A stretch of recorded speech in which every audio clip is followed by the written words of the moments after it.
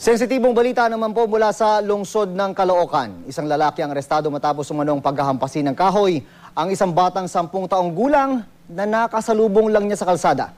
Ang mainit na balita, hatid ni Haji Rieta, exclusive.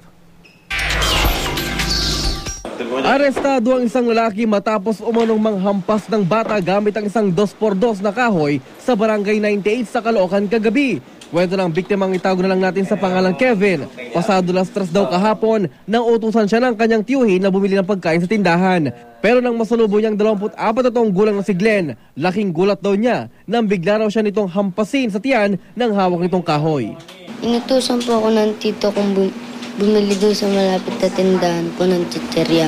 Tapos pagbalik ko po, pinalo na lang po ko bigla ng 2x2. Iniinda pa rin ni Kevin ang sakit ng pagkakahampas sa kanya ng suspect. Ipinakita pa nga niya sa GMA News ang bahagi ng kanyang katawan kung saan siya pinalo. Pero dahil sa matinding takot kay Glenn, hindi niya raw ito kinento kahit kanino, maliban sa isa niyang pinsan. Ang pinsang ito ang siyang nagsumbong naman ng insidente sa kanilang tiyuhin. Tutuloy namin yung kakasawan namin siya para kasi ano na rin siya sa lugar namin talaga eh.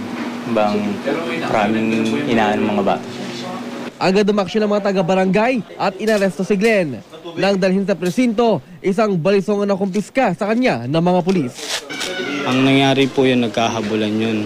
Eksakto naman na parating po kami, papatrolya. Doon na namin na pinuntahan. Reklamong paglabag sa RA 7610 o ang Child Protection Act ang nakatakdang isampa sa suspect. Haji Rieta, GMA News.